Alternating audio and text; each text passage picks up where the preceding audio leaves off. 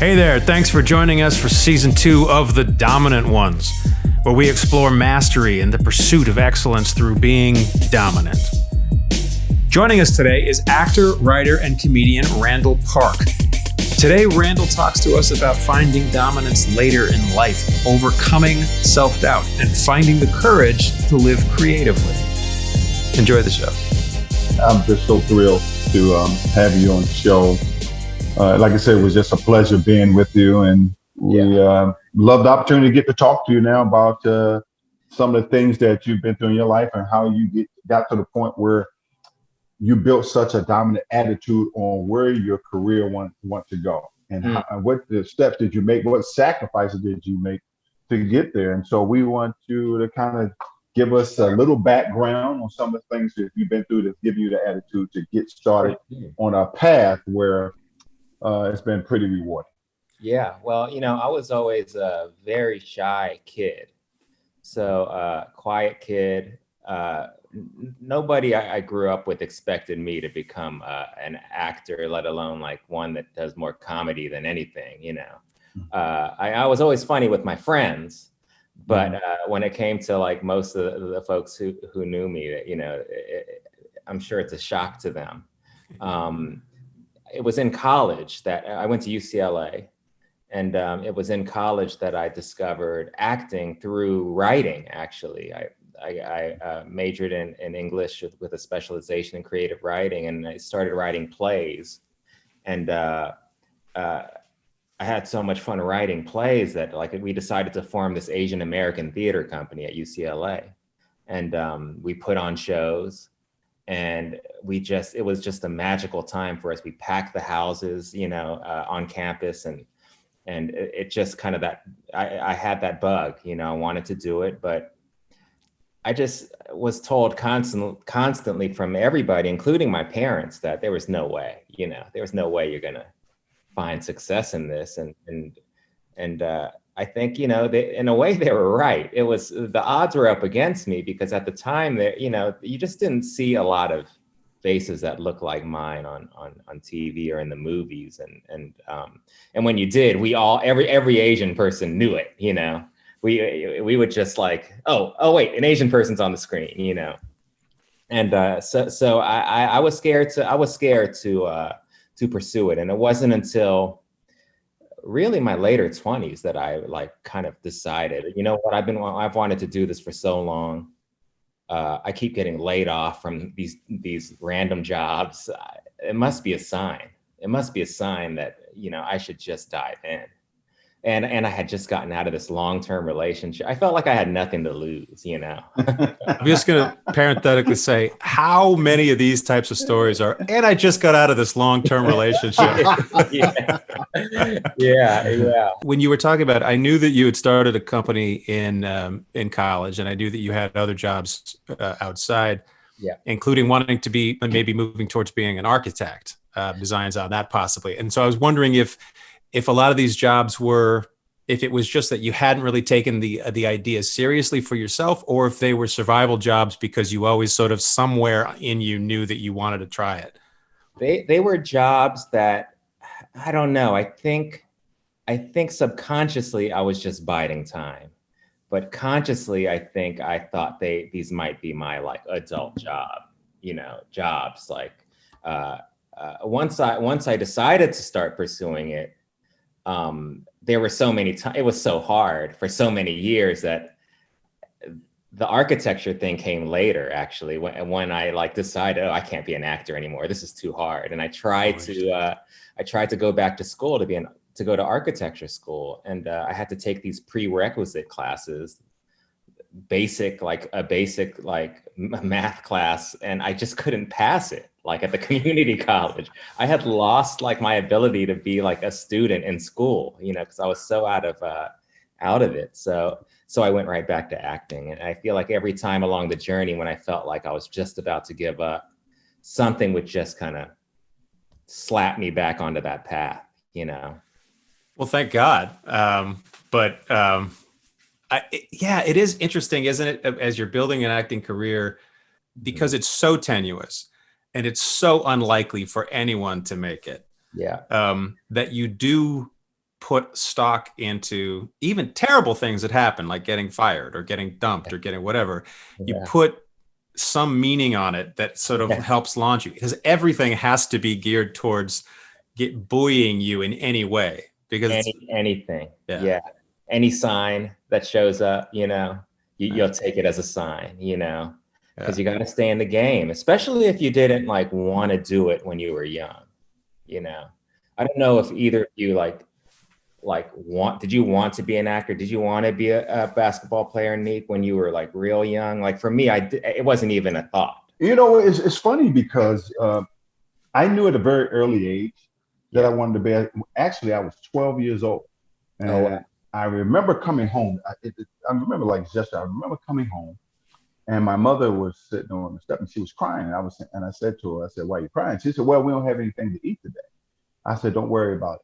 I said, "One day I'm gonna make you rich." And I knew from the time I was 12 to the time I was 18 years old, this is the course that I was meant to be. This was like destiny. You knew it. Yeah. And so I knew it. And so no matter what else I tried to do, it just didn't work. I mean, I was great in school, but they told me I should have been a math teacher, but math didn't work out, as you well know. But but math lost. Like, math lost. Like one of the things that shows your creativity.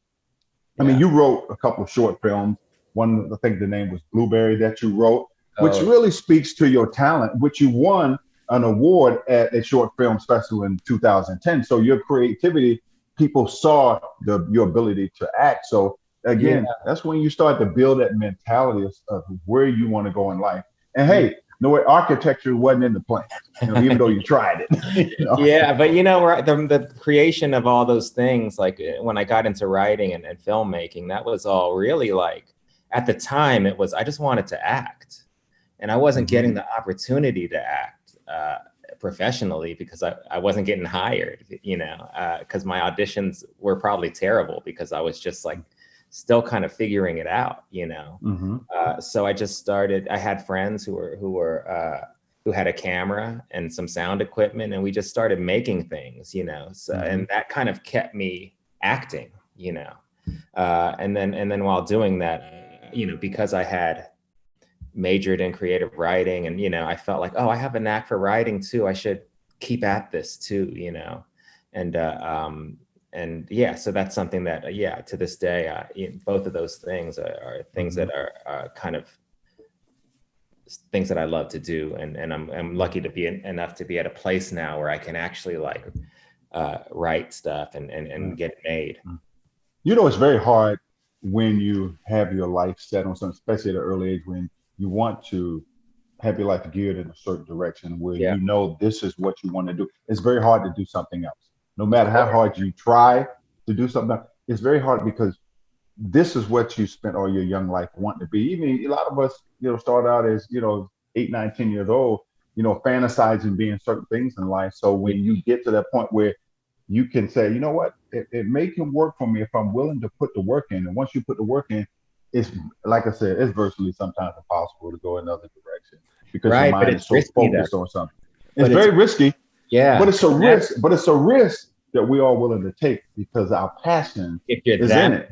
Yeah. That's what it is. Our passion is in it. So that's what all of us are willing to take that risk, because only, especially in athletics, it's only 1 in a million to get a chance to do what we do. That's right. On that level. So, but again, you got to have dreams. And if you can work hard and believe in what you want to become, dreams come true. That's how bad you want it. Yeah, I mean, the thing for me is it came later. It came a lot later, this kind of passion. So I felt like I was kind of behind the curve, like I gotta make up for some lost time. I had friends who went to Juilliard and like these great, and were trained, or friends who were like doing it when they were kids. And I was like in my 20s, later 20s, like, okay, I'm going to do this professionally. What do I do?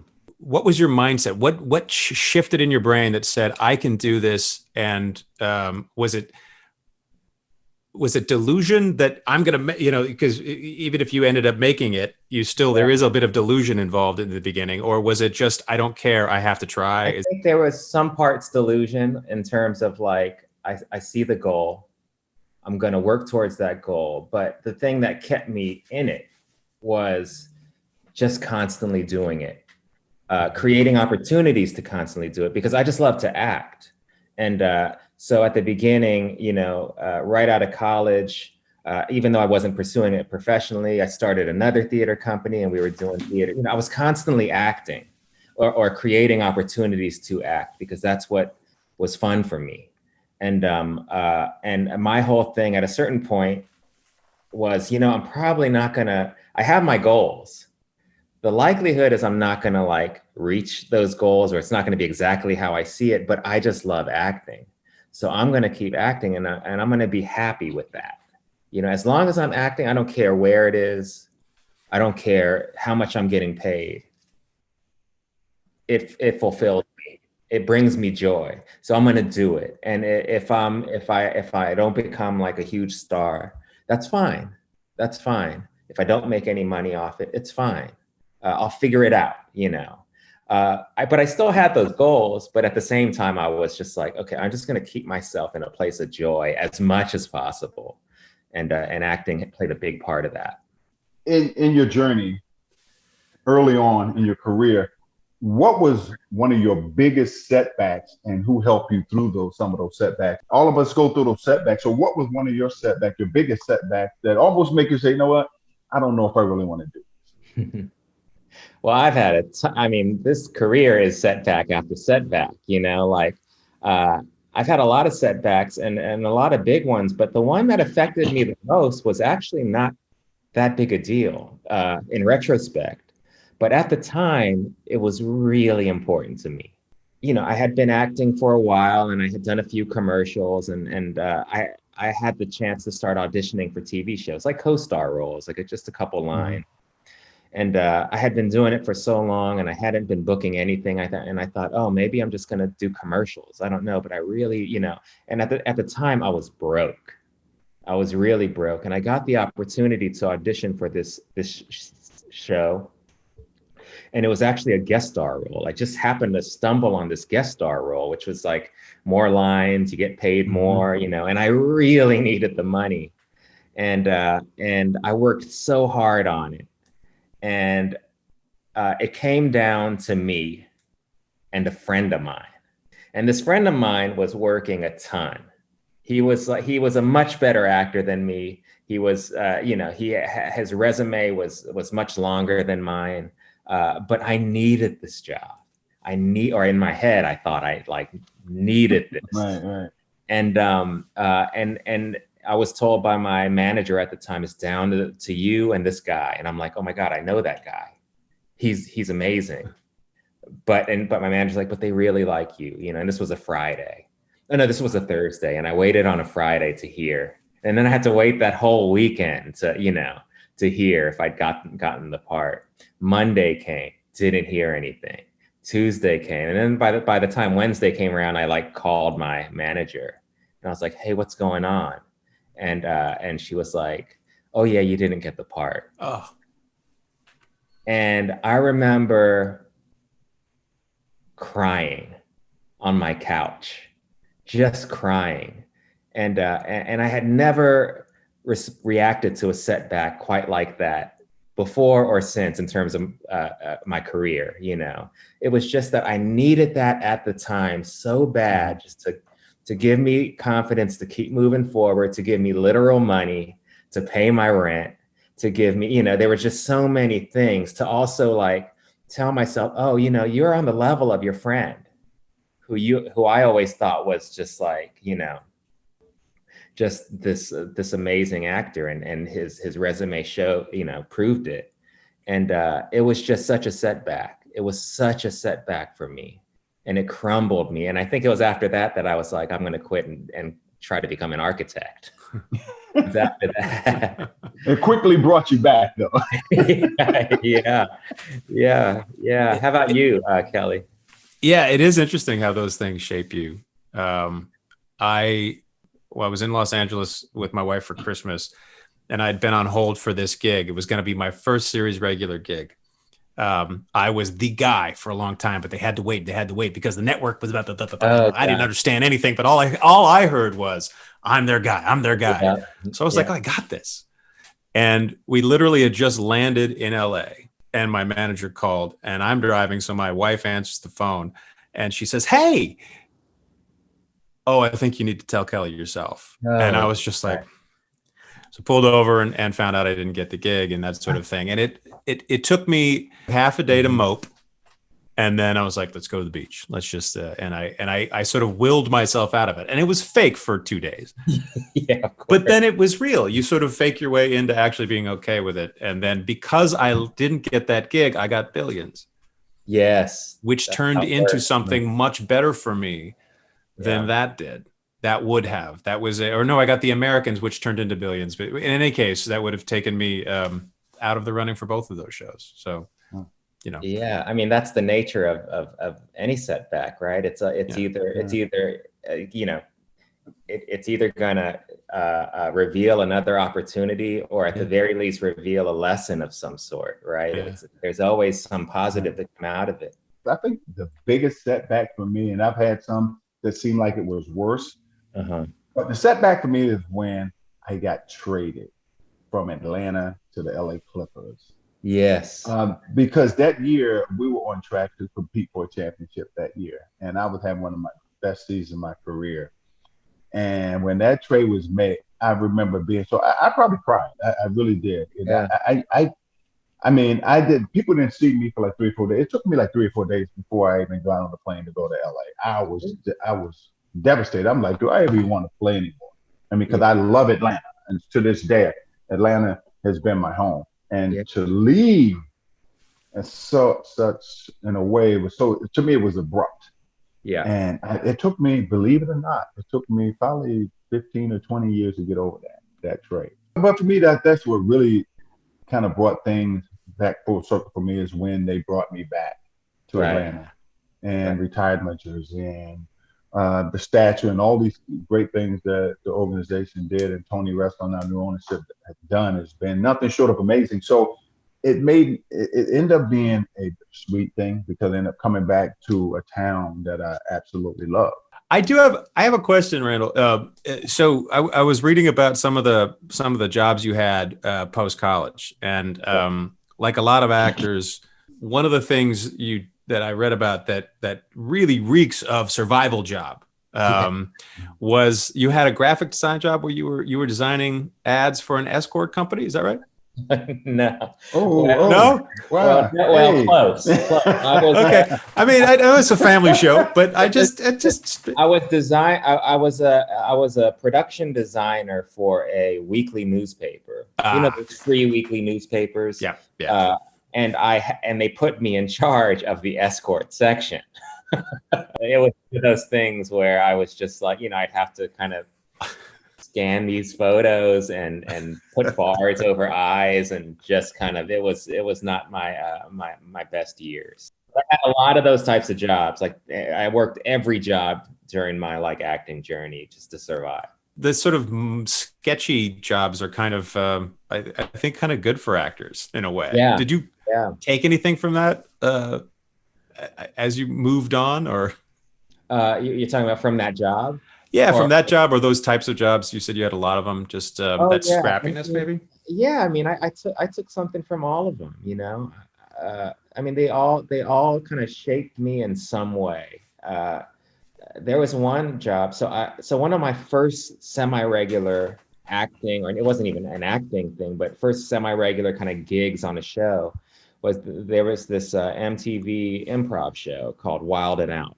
And it's lasted. Nick Cannon hosted it, and I was a cast member of that show for 3 seasons. And this was one of my first kind of big gigs. And during one of the seasons, at the time, I wasn't making that much money from the show, and also I was just in over my head in student loans. I had owed a lot of student loans, and I had decided that all the money I made from this show I would put towards my student loan. So by the time the season ended, I had no money, and so I needed a job, and I ended up getting a job at Starbucks of all places. But the show hadn't aired yet. So while I was working at Starbucks, the episode started airing. And I was like, oh no, I hope people don't recognize me like from the show, because they're going to wonder what the hell I'm doing working at Starbucks, you know, because people think that if you're on TV, you're making $1 million. Yeah. You know, but I hardly made anything off that show, and anything I did make, I put toward my student loans. So, you know, but that job ended up being like a really great job. I had a lot of fun. I met a lot of great people. I did have some embarrassing moments where people would be like, I just saw you on TV. What are you doing here? You know, and I told myself, well, you know what? I'm just going to suck it up. I need to make the money, and I'm just going to take this feeling and apply it to my future, you know, to my path, and if I can make it through this, I'm going to it's going to help me get to where I want to go. I had to tell myself that constantly, and I, you know, after you know, several embarrassing moments working that job, you know, I kind of look back at it as, oh, you know, I needed that. I needed to go through that, you know. No, it's great because, you know, you've appeared on various shows like Medical Police or Where's Waldo and The Valley Girl. And these shows just recently, do they help propel you to the ultimate level you want to be at? So what does it look like at this point for you moving forward? Where do you see yourself? Well, you know, I started this production company with two of my friends who were actually in that theater company at UCLA with me years ago. And they both kind of worked in the industry, and one became an executive and one became a writer. And they both became we all kind of found success over time. And we just decided to form this production company. And we got a deal with 20th Century Fox TV at the time, now called 20th Century TV. And so we're developing shows and, you know, just kind of working with writers, producing and developing movies. And you know, I'm set to direct one of them, or I'm attached to direct one of them. I'm just trying to do all the things that I love to do, you know, and just trying to have as much fun as possible and to keep acting, because I love acting. You said you had a vision. This resonates with me. Just if I can keep acting and keep doing the thing that gives me joy, things will fall in place. At the same time, you said you had that vision also. You did have something in mind. So I'm curious about that. What was that vision? If you don't want to share, you don't have to. And then how has that changed? Well, I think the vision for me sparked from when I was in college and I was you know, doing creative writing and minoring in Asian American studies. And I really like the melding of that really kind of shaped my worldview. And what I wanted to do, my vision was, I want to represent my community through acting and be able to play great roles and to be able to also hopefully change the industry in a positive way, in a way that brings more diversity to the industry and more and bring some humanity to the images of people who look like me. That was my vision, and I think over time that vision still stays. But I think as I get older and now that I've been in this industry for a while now, I think the vision. And it goes into the production company, because our production company, our focus is telling stories from an Asian American perspective. We want to continue kind of what we were doing in college and what I had as that vision. But now I want to kind of provide more opportunities for others. Basically, you know, I think you answered the question that I was going to ask you. What's your definition of dominance? But I think the answer you just gave to Kelly and I really explains what dominance is all about, what you're willing to do, not just for yourself, but for others, what you do today that dictates what you become in the future. And the people that's around you, the people who look up to you, giving something back where they can have options to take care of themselves. So I think that's the best definition you could have given, is what you just said. Going back to what you said about the vision while also being happy with kind of, I think that that's kind of the trick, right? You want to have gratitude, be thankful for what you have, while also striving for more, and it's that fine line where you got to, if you want to get somewhere, you got to have both. You can't just strive for more without like being gracious and being thankful, and if you're gracious and thankful, that's great. But if you don't have a goal, you're just going to be gracious and thankful, but you might not move forward towards something. So to remain hungry and to remain focused, but to also really like be grateful for what you have. I think if you can kind of have an equal amount of those two, and then I think that you can really kind of, as far as dominance is concerned, get to where you want to go. Well, Randall, we really appreciate you coming on, man. It's been a pleasure sitting here talking to you tonight. Thanks again, man. We really appreciate you spending the time.